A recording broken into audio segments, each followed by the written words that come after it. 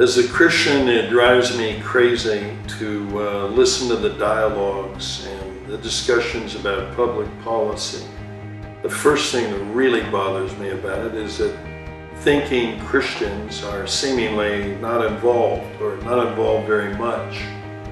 And we were commissioned by Christ to disciple nations. It involves changing social institutions. And in order to change social institutions, you have to understand the way they operate, the way they think. Public policy, or transforming nations or discipling nations, is something that takes place on multiple levels.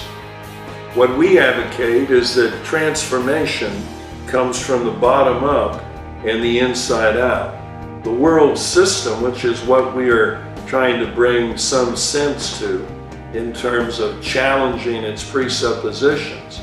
The world system says change comes from the top down and the outside in. And that's why we have so little transformation and so many problems. Jesus said, firstly, you must be born again. In other words, internal transformation precedes any kind of external pressure or external laws to bring change. You can't change the nature of human beings through external pressure. You can modify it like you stake a tree and you force it to do something for a while. But as soon as you remove the stakes, the tree is going to be what the tree is. Transformation has got to begin internal, and it's got to begin on the bottom. Leadership comes from the top down, but real transformation comes from the bottom up and the inside out.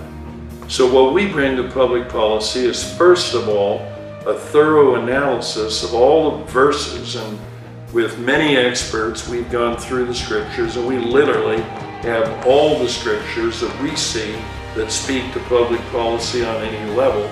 And then the question is taking those biblical principles and extrapolating, extruding, pulling out from biblical law the reasoning process behind that law and beginning to apply that into current public policy.